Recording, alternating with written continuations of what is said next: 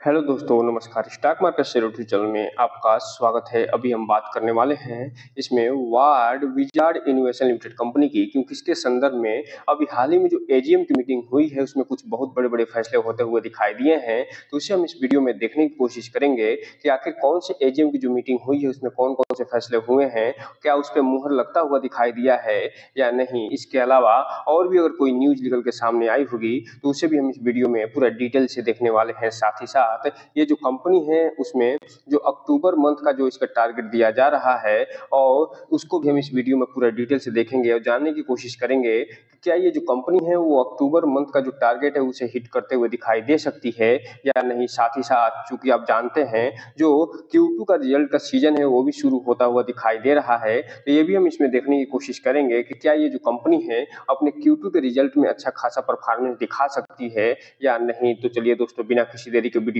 शुरू करते हैं। सबसे पहले अगर हम बात करें इसके चार्ट पैटर्न की, तो यहाँ पे आप देख रहे हैं कि जब 4 तारीख को मार्केट बंद हुआ है तो ये जो कंपनी है इसमें लगभग 1.5% की गिरावट देखने को मिली है। और ये जो कंपनी है एक तरीके से कहा जाए तो 52 वीक लो के आसपास पहुंचते हुए देखने को मिल रही है और ये 85 रुपये से घट के वर्तमान में 47 रुपये 51 पैसे पे ट्रेड करते हुए देखने को मिल रही है। और यहीं पे अगर हम बात करें 5 दिन की चार्ट पैटर्न की, तो 5 दिन में इस कंपनी ने अपने शेयर होल्डर को लगभग 4% का नेगेटिव रिटर्न निकाल के दिया है। जबकि बात करेंगे 1 महीने की चार्ट पैटर्न की, तो 1 महीने में इस कंपनी ने लगभग 14% का नेगेटिव रिटर्न निकाल के दिया है। वहीं अगर हम बात करेंगे 6 महीने की चार्ट पैटर्न की, तो 6 महीने में अभी भी ये जो कंपनी अपने शेयर होल्डरों को और 26% नेगेटिव में रिटर्न निकाल के दी है। जबकि बात करेंगे एयरटेल डेट की, तो एयरटेल डेट में भी इसका चार्ट पैटर्न लाल दिखाई दे रहा है और 15% के आसपास की गिरावट देखने को मिल रही है। लेकिन जैसे ही बात करेंगे 1 साल के चार्ट पैटर्न की, तो मामला कुछ चेंज होता हुआ दिखाई देगा और ये जो कंपनी है उसमें लगभग 24% की तेजी देखने को मिलेगी। जबकि बात करेंगे अगर मैक्सिमम चार्ट पैटर्न की, तो ये जो कंपनी 7 रुपये 80 पैसे पे ट्रेड करते हुए देखने को मिलती थी और वर्तमान में ये फिलहाल 47 रुपये 51 पैसे के आसपास ट्रेड करते हुए देखने को मिल रही है। तो इस हिसाब से आप कह सकते हैं कि 2019 में जब से लिस्ट हुई है तब से लेके अभी तक ये 509% का रिटर्न निकाल के दे चुकी है। हालांकि एक समय ये जो कंपनी लगभग 85 रुपये के आसपास पहुंचते हुए दिखाई दी थी इसी साल में, अर्थात फाइनेंशियल ईयर 2024-25 में, लेकिन इसके बाद इसमें लगातार गिरावट देखने को मिल रही है। और वर्तमान में जिस हिसाब से वैश्विक स्तर पे तमाम उठापटक देखने को मिल रहा है, दो युद्ध जो चल रही हैं, चाहे वो रशिया यूक्रेन का युद्ध हो या फिर अभी हाल ही में शुरू हुआ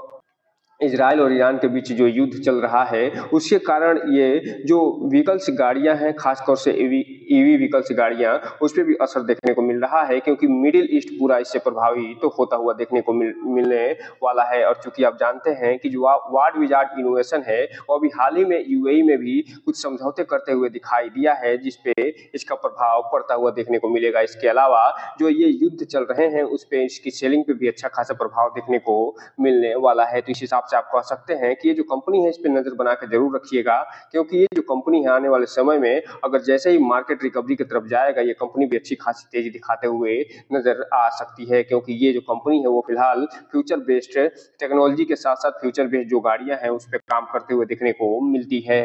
अगर बात करें इसमें जो अनाउंसमेंट या न्यूज निकल के सामने आई है उसकी, तो यहाँ पे आप देख रहे हैं इसमें जो अनाउंसमेंट या न्यूज निकल के आता हुआ दिखाई दे रहा है वो 4 तारीख को आता हुआ दिखाई दिया है। उसके बाद 3 तारीख को आता हुआ देखने को मिल रहा है और उससे पहले जो एजीएम की मीटिंग हुई थी 42वीं, वो भी होता हुआ देखने को मिला था। तो यहाँ पे आप देख रहे हैं ये जो 4 तारीख को रिजल्ट निकल के सामने आया है ये सर्टिफिकेट कंप्लायंस से संबंधित है और जो 3 तारीख से न्यूज निकल के सामने आया है वो फिलहाल यहाँ पे जो एजीएम की मीटिंग हुई थी उसका फिलहाल अपडेट यहाँ पे निकाल के देते हुए दिखाई दे रहे हैं। तो चलिए हम इसे एक एक करके देख लेते हैं। तो आप यहाँ पर देख रहे हैं कि जो 30 सितंबर को एनुअल जनरल मीटिंग हुई थी 42वीं, उसके संदर्भ में यहाँ बताया जा रहा है कि एक ऑर्डिनरी रेजोल्यूशन के माध्यम से जो आइटम नंबर 1 है उसको एडॉप्ट करते हुए दिखाई दे रहे हैं और उस पर शेयर होल्डर का अप्रूवल मिलता हुआ दिखाई दे रहा है। इसमें जो फाइनेंशियल ईयर 2024 बीता है उसमें जो इसका फाइनेंशियल ईयर का जो रिजल्ट है उसे फिलहाल यहाँ पे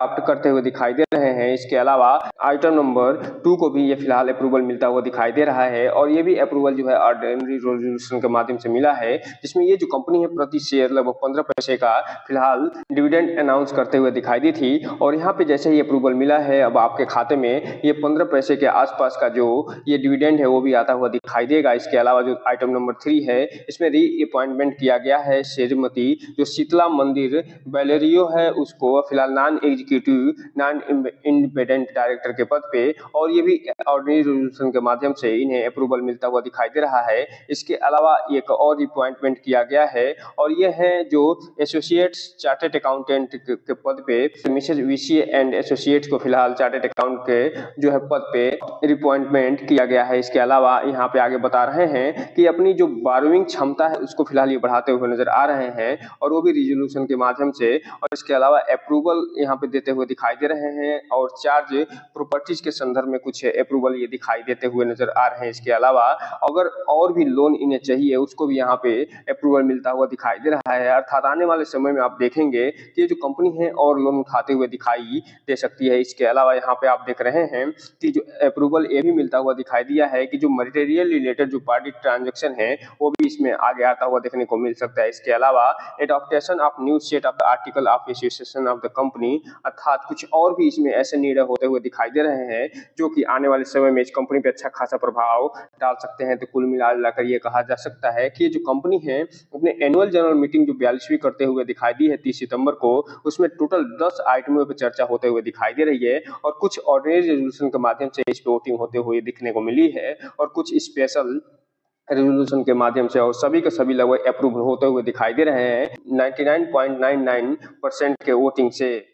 अब यहीं पे अगर हम बात कर लें थोड़ा सा इनके शेयर होल्डिंग पैटर्न की, तो यहाँ पे आप देख रहे हैं कि ये जो कंपनी है अपने शेयर होल्डिंग पैटर्न में लगातार कमी करते हुए दिखाई दे रही है और ये जो कमी करी है उसका जो मेन कारण निकल के सामने आया है वो ये कि ये जो कंपनी है लगातार नए नए प्रोजेक्ट में अपना पैसा लगाते हुए देखने को मिल रही है, चाहे वो यूएई में नया प्रोजेक्ट हो या फिर झारखंड में नया यूनिट लगाना हो, इन सब के लिए पैसे की जरूरत होती है और जो शेयर होल्डर है खासतौर से प्रमोटर वो अपना सेलिंग करके इस पैसे को जुटाते हुए नजर आ रहे हैं और यही मेन कारण है जिसके फलस्वरूप यह दिसंबर 2023 में जहां 68.42 के आसपास इनके पास प्रोमोटर होल्डिंग बनी हुई थी वो घट के वर्तमान में 58.63% के आसपास होते हुए देखने को मिल रही है। और अभी हाल ही में जो ward wizard investment limited company है वो फिलहाल फिलीपींस के साथ भी समझौता करते हुए दिखाई दी है जिसमें भी अच्छा खासा पैसे की जरूरत पड़ने वाली है और इसी कारण ये जो कंपनी जो प्रोमोटर है लगातार अपनी हिस्सेदारी बेच के पैसा जुटाते हुए नजर आए हैं। अब हम अगर बात कर लें यहीं पे डिलीवरी पोजीशन की, तो जब 4 अक्टूबर को मार्केट बंद हुआ है तो उसमें इसमें टोटल जो 9 लाख शेयर की क्वांटिटी ट्रेड हुई है जिसमें से लगभग 5 लाख जो शेयर हैं वो डिलीवरी के रूप में उठते हुए दिखाई दे रहे हैं जो कि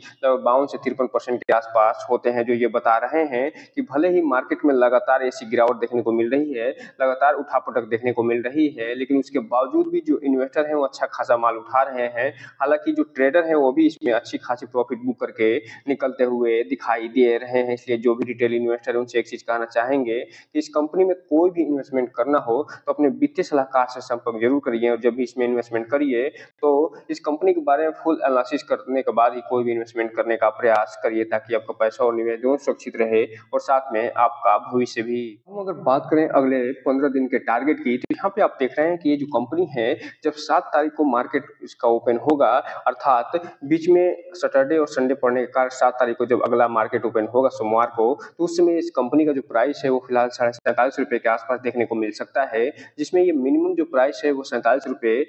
10 पैसे के आसपास ये ट्रेड करते हुए देखने को मिल सकती है, जबकि मैक्सिमम में ये लगभग 48 रुपए के आसपास ट्रेड करते हुए देखने को मिल सकती है। जबकि बात करेंगे 8 तारीख के टारगेट की, तो ये जो कंपनी है इसका जो प्राइस है 47 रुपए 35 पैसे के आसपास देखने को मिल सकती है, जबकि मैक्सिमम प्राइस की अगर बात करें तो लगभग 48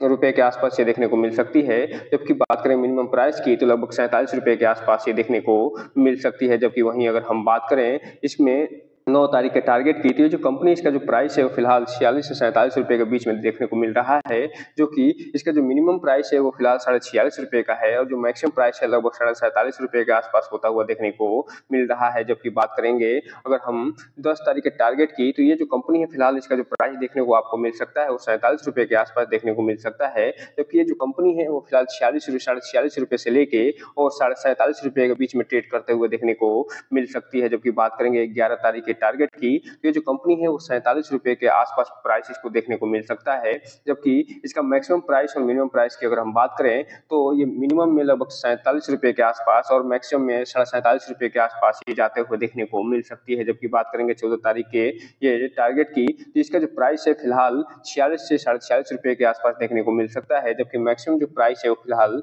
₹47 और मिनिमम जो है ₹46 के आसपास देखने को मिल सकता है। जबकि बात करेंगे 15 तारीख के टारगेट की, तो ₹46.5 से ये देखने को मिल सकती है। जबकि मिनिमम अगर हम बात करें तो लगभग ₹46 और मैक्सिमम ये ₹47 के आसपास देखने को मिल सकती है। जबकि बात करेंगे अगर 16 तारीख के टारगेट की, तो ये जो कंपनी है ₹45.5 से लेके ₹46 के बीच में ट्रेड करते हुए देखने को मिल सकती है। 17 तारीख को भी लगभग ₹45.5 से ₹46 के बीच में ट्रेड करते हुए देखने को मिल सकती है। जबकि बात करेंगे 18 तारीख को, तो 45 से